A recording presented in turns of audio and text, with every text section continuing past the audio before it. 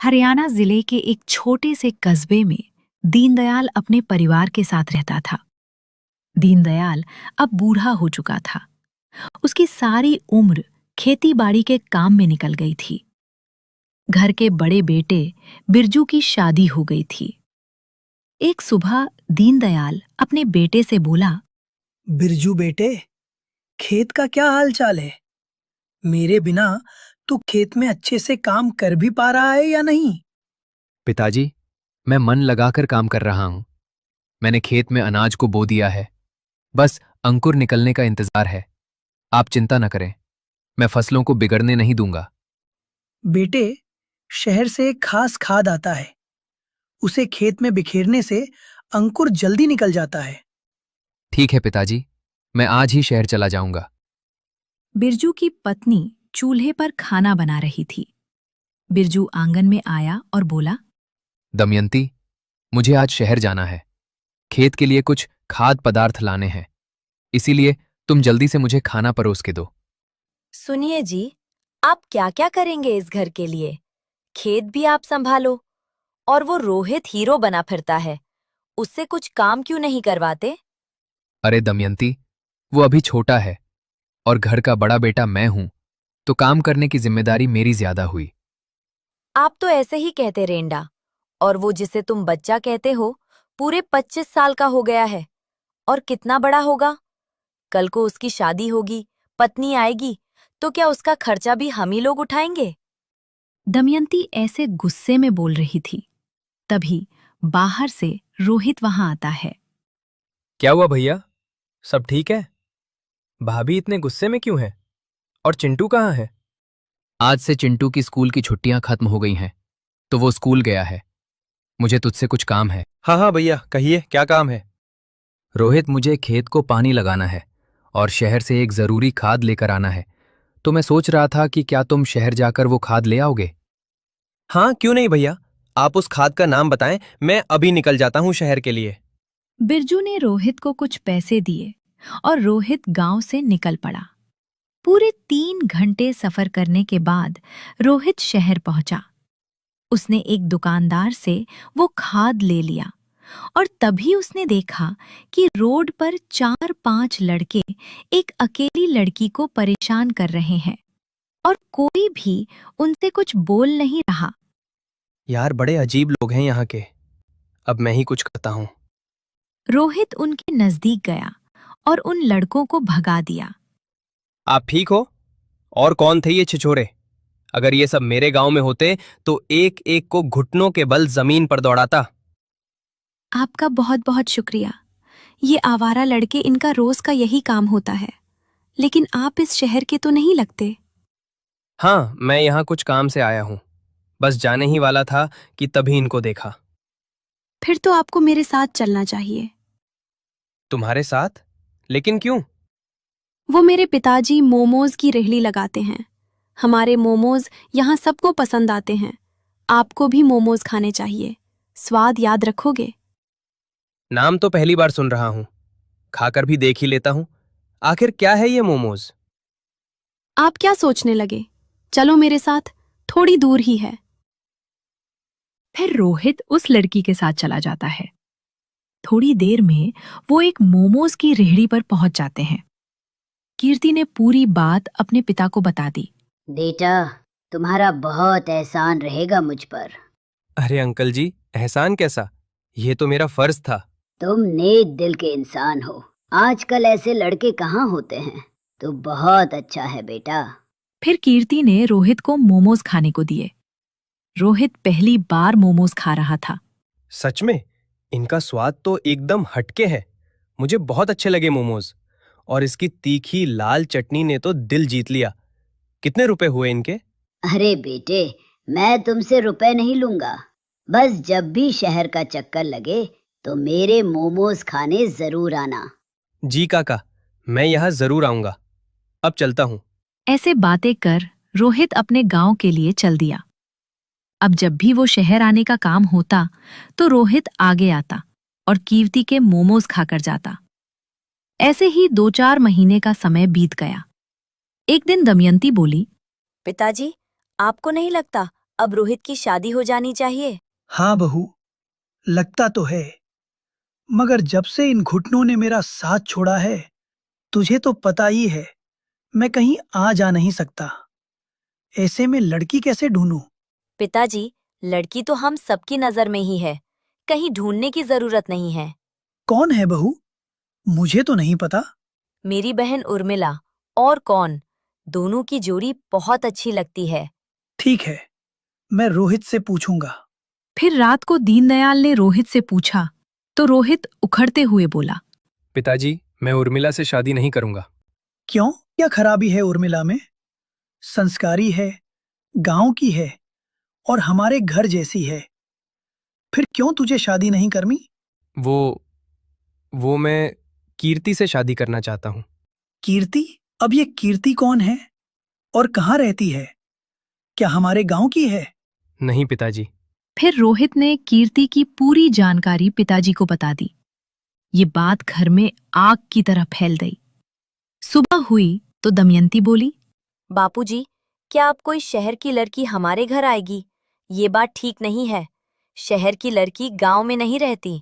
भाभी, आपको कैसे पता कि कीर्ति यहाँ नहीं रहेगी? और वो बहुत अच्छी लड़की है, इसलिए आप बेकार की चिंता ना करें। बहू, तुम इस मामले में कुछ मत बोलो। मैं और बिरजू है, जो ठीक लगेगा हम वही करेंगे। फिर बापूजी और बिरजू कीर्ति को देखने शहर आए। उन्हें कीर्ति पसंद आ गई और रिश्ता पक्का हो गया। 1 हफ्ते के बाद दोनों की शादी हो गई। दमयंती ने कीर्ति का गृह प्रवेश करवाया, मगर वो जरा भी खुश नहीं थी। देवरानी जी, आप हमारे घर में रह तो लोगी ना? मेरा मतलब, कहीं देवर जी के साथ शहर तो नहीं जाओगी? भाभी, आप क्यों चिंता करती हो? हम दोनों यही रहेंगे और मैं अपने गांव को छोड़कर कभी भी कहीं नहीं जाऊंगा। चलो चलो दमयंती बहू, कीर्ति बहू को उसके कमरे में ले जाओ। लंबा सफर करके आई है, थक गई होगी बेचारी। फिर दमयंती कीर्ति को अंदर ले गई। अगली सुबह दमयंती ने कीर्ति को जगाया और उसे बाहर आंगन में लाई। कीर्ति, आज तुम्हारी पहली रसोई है। खाने की शुरुआत तुम ही करोगी। ये रहा चूल्हा और ये रहा ईंधन। जो बनाना है, तैयारी में लग जाओ। लेकिन भाभी, आप बता दे मैं क्या बनाऊं?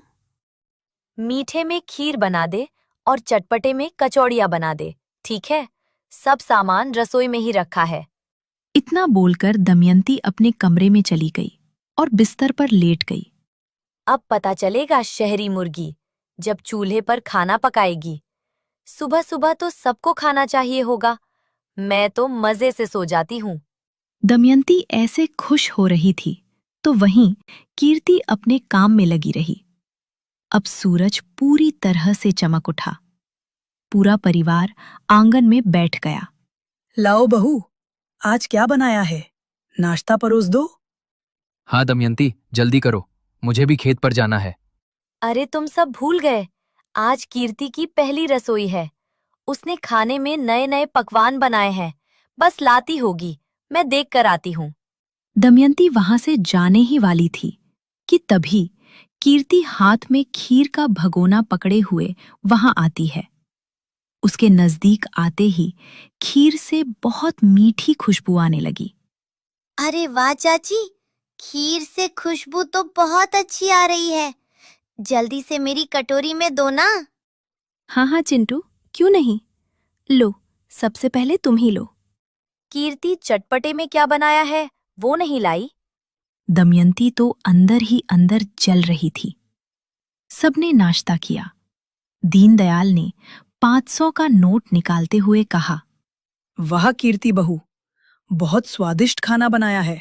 लो, तुम्हारी पहली रसोई का सगुन। धन्यवाद पिताजी। फिर बिरजू ने भी अपनी जेब से कुछ पैसे निकाले और कीर्ति को दे दिए और सब अपने अपने काम पर चले गए। बिरजू खेत पर आया और जो उसने देखा तो वो सर पकड़कर वही रोने लगा। अरे बाप रे बाप, ये क्या हो गया? 6 महीने की मेहनत सब बर्बाद हो गई। हे, मेरी सारी फसल को कीड़ों ने खा लिया। हे। बिरजू को रोता हुआ देख गांव का एक व्यक्ति उससे बोला, अरे बिरजू भैया, तुम्हारी फसल को क्या हुआ? कल तक तो अच्छी खासी लहरा रही थी, एक रात में क्या हो गया? उस गांव के व्यक्ति ने बिरजू को सहारा दिया और उसे घर तक छोड़कर गया। बिरजू ने जब ये बात घर में बताई तो दीनदयाल तो जैसे सदमे में आ गया। फसल खराब? ये क्या अनर्थ हो गया? बिरजू, तूने क्या किया? इसी बात का डर था मुझे। पिताजी, मैंने तो सब वैसे ही किया जैसे आप बताते रहे। मैं भी बहुत हैरान हूं, आखिर मेरी फसल कैसे खराब हो गई? घर में जैसे मातम सा छा गया। न किसी ने कुछ खाया, न कोई किसी से बोल रहा था। ये देखकर कीर्ति को बड़ी हैरानी हुई। उसने रोहित से कहा, रोहित, फसल ही तो खराब हुई है। माना कि ये दुख बड़ा है, लेकिन अब कोई क्या कर सकता है? मेहनत तो अपनी है, दोबारा से करेंगे तो फसल दोबारा से उग जाएगी और सब लोग बिना कुछ खाए पिए कब तक रहेंगे? तुमने भी कुछ नहीं खाया, चलो कुछ खा लो। कीर्ति, तुम नहीं जानती ये फसल हमारे लिए कितनी जरूरी थी। लालाचंद के 2 लाख रुपए हम पर उधार है और उनका ब्याज भी नहीं दिया।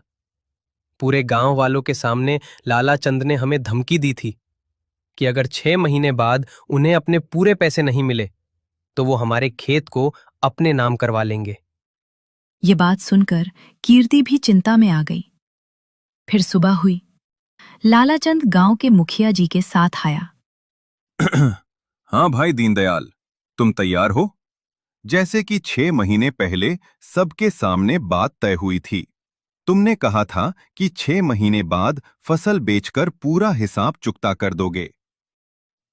मुखिया जी, मेरे बेटे ने गेहूं की फसल उगाई थी, लेकिन पता नहीं एक रात में ऐसा कौन सा काला जादू हो गया कि सारी फसल में कीड़े लग गए। देख लिया मुखिया जी, अब इसके नए नए बहाने। ऐसे ही यह मेरे पैसे कभी नहीं देगा, मुझे पता था। ना ना मुखिया जी, मैं सच्चे दिल से कहता हूं, मेरा कोई और मकसद नहीं है। मैं भी जल्द से जल्द लालाचंद जी का कर्जा लौटाना चाहता हूं, लेकिन किस्मत ने मुझे धोखा दे दिया। मेरा यकीन कीजिए। मैं कुछ नहीं जानता, जैसे बात हुई थी वही फैसला किया जाए मेरे साथ। न्याय करे मुखिया जी। फिर मुखिया जी ने दीनदयाल का खेत लालाचंद जी के हवाले कर दिया और वो वहां से चले गए। दीनदयाल तो उनके जाते ही जमीन पर गिर पड़े। पिताजी, संभालिए खुद को। अब कुछ नहीं बचा, कुछ नहीं बचा। मेरी पूरी जिंदगी उसी खेत में निकली है। तुम सबका पालन पोषण उसी खेत की वजह से हुआ। अब नहीं रहा मेरा खेत। दीनदयाल को रोते देख पूरे परिवार की आंखों में आंसू आ गए। देखते ही देखते घर में तंगी होने लगी। रसोई के सारे डब्बे खाली हो गए। एक दिन दोनों भाई रात के सन्नाटे में चुपचाप बैठे हुए थे। रोहित, अब क्या होगा? कहीं से भी आमदनी नहीं हो रही जिससे घर का राशन पानी तो ला सके। भैया, ऐसे हाथ पे हाथ रख के तो नहीं बैठ सकते, हमें कुछ करना होगा। दोनों को ऐसे बातें करते देख कीर्ति वहां आई। हाँ जी, आप बिल्कुल ठीक बोले। यूं कब तक हम सब घर में बैठे रहेंगे? अगर हम चाहें तो अपना खेत वापस से पा सकते हैं। कीर्ति, तुम क्या पागल हो गई हो जो ऐसी बड़ी बड़ी बातें कर रही हो? यहाँ खाने के लाले हो गए हैं और तुम्हें खेत वापस लाना है। कुछ पता भी है? 2 लाख रुपए कितनी बड़ी रकम होती है। कहाँ से लाएंगे हम इतने पैसे? लाएंगे नहीं, सब मिलकर कमाएंगे। याद करिए हमारी पहली मुलाकात। तुमने पहली बार मोमोज खाए थे तो क्या बोले थे? सब याद है मुझे। तो क्या अब हम सब मोमोज बनाकर गांव में बेचेंगे? अगर कोई खाने नहीं आया तो? मुझे पूरा यकीन है गांव में हमारे मोमोज धूम मचा देंगे, क्योंकि मैंने यहाँ कहीं भी मोमोज की रेड़ी लगी नहीं देखी। अरे रेड़ी तो दूर, कुछ लोग तो ऐसे हैं जिन्हें मोमोज के बारे में कुछ नहीं पता। आप बस मेरा साथ दीजिए, मैं नुकसान नहीं होने दूंगी। दोनों ने हाँ में सर हिलाए और जब ये बात बापूजी को पता लगी तो वो गुस्से से बोले, सब कुछ ठीक है, काम करने में कोई बुराई नहीं, लेकिन उनको बेचने कौन जाएगा? घर की बहुएं अब गांव में मोमोज बेचेंगी? क्या इज्जत रह जाएगी मेरी? नहीं नहीं, बस रहने दो ये काम यहीं। पिताजी, मैं और भैया है ना, हम दोनों मोमोज बेचेंगे। कीर्ति तो बस घर से मदद क्या करेगी। हाँ पिताजी, मैं घर से मदद करूंगी। आप सब मेरा यकीन मानिए। बस एक बार गांव वाले हमारे मोमोज का स्वाद चख लें, फिर देखना हमारी बिक्री कैसे होती है। फिर सबने मिलकर काम शुरू किया। कीर्ति और रोहित बाजार से सामान लेने चले गए। बिरजू ने एक ठेले का जुगाड़ किया और अगले दिन से कीर्ति ने मोमोज बनाने शुरू किए। पूरा परिवार उसे देख रहा था। हाय राम, ये तो बड़ा ही झंझट वाला काम है। मुझे तो नींद आने लगी। भाभी जी, मैं सबको ऐसे ही लगता है। आप बस मैदे की छोटी छोटी लोइयां बनाइए। दोपहर तक कीर्ति ने सब सामान ठेले में जमा दिया। रोहित और बिरजू ने पिताजी के पैर छुए और ठेला लेकर गांव से निकल पड़े। बिरजू भैया, गांव की चौपाल पर चलते हैं, वहां इस समय ज्यादा लोग होते हैं। वो दोनों ठेला लेकर गांव की चौपाल पर पहुंचे। तभी रोहित ने बोलना शुरू किया। आओ आओ हमारे ठेले के पास और खाओ शहर के लाजवाब मोमोज। रोहित की आवाज चौपाल के सभी व्यक्तियों ने सुनी। वो देखने उनके पास आए। अरे बिरजू, रोहित, ये क्या माल बेच रहे हो? गांव में तो पहले कभी नहीं सुना। चाचा जी, ये मोमोज हैं। लो, इस लाल चटनी के साथ खाओ। अगर स्वाद ना आए तो एक भी पैसा मत देकर जाना। बिरजू ने उस आदमी को एक प्लेट मोमोज की दी। उसने जैसे ही मोमोज खाए तो वो सारे मोमोज चट कर गया। अरे वाह, ये तो बड़े गजब की चीज है। ऐसा अनोखा स्वाद मैंने कहीं नहीं खाया। लो भाई, इनके कितने पैसे हुए? ना ना चाचा जी, आप हमारे पहले ग्राहक हैं तो आपके लिए फ्री। वो आदमी खुश होकर वहां से चला गया। थोड़ी देर बाद ही चौपाल के लोग धीरे धीरे मोमोज खाने आने लगे। दोनों भाइयों ने जल्दी जल्दी सबको मोमोज दिए। इसी तरह से शाम हो गई। घर में कीर्ति दुखी सी बैठी थी। हे भगवान, अब तो रात भी होने को है, लेकिन वो दोनों आए क्यों नहीं? क्या उनके मोमोज बिच गए होंगे या नहीं? कीर्ति आंगन में ही बैठी हुई थी। तभी बिरजू और रोहित वहां आ जाते हैं। ठेला एकदम खाली था। एक भी मोमोज नहीं था। ये देखकर कीर्ति की जान में जान सी आ गई। बाकी परिवार भी वहां आ गया। क्या हुआ? कैसा रहा पहला दिन? पिताजी, बस पूछो ही मत। कीर्ति के मोमोज ने गांव वालों का दिल जीत लिया। सबने बहुत तारीफ की। हाँ पिताजी, हमारा पहला दिन बहुत अच्छा रहा। और ये लो हमारी आज और पहली कमाई के पैसे। दीनदयाल ने वो पैसे गिने। वो पैसे उनकी उम्मीद से कहीं ज्यादा थे। अब हर रोज दोनों भाई गांव में मोमोज बेचने के लिए जाते। 2-4 महीने के अंदर उनके घर की आर्थिक स्थिति पहले से काफी अच्छी हो गई। एक दिन दीनदयाल मुखिया जी के घर गए। मुखिया जी, मैं लाला चंद के सारे पैसे इस ठेले में लेकर आया हूं। मेरी आपसे विनती है, मेरा खेत मुझे दे दिया जाए। दीनदयाल, तुम चिंता मत करो। ये पैसे मैं लाला चंद को दे दूंगा और तुम आज से ही अपना खेत संभालो। दीनदयाल आज बहुत खुश था। उसने घर आकर सबको ये बात बता दी। कीर्ति बहू, तुम हमारे लिए लक्ष्मी बनकर आई हो। अगर तुम ना होती तो पता नहीं हम सबका क्या होता। सही कहा पिताजी। आज गांव का हर एक व्यक्ति हमारे मोमोज की तारीफ करते करते नहीं थकता। ये सब कीर्ति की वजह से है, जो गांव में हमारा इतना अच्छा मोमोज का काम चल रहा है। अरे आप सब मेरी तारीफ क्यों कर रहे हो? मेरे साथ साथ भाभी जी ने भी तो बहुत काम करवाया है। अगर भाभी मेरा साथ ना देती तो अकेले इतना काम मैं भी नहीं कर पाती। दमयंती बहू तो हमारे घर की शान है। 15 सालों से हमारे घर को संभाले हुए है। भगवान ने मुझे दोनों बहुओं के रूप में साक्षात लक्ष्मियां दी हैं।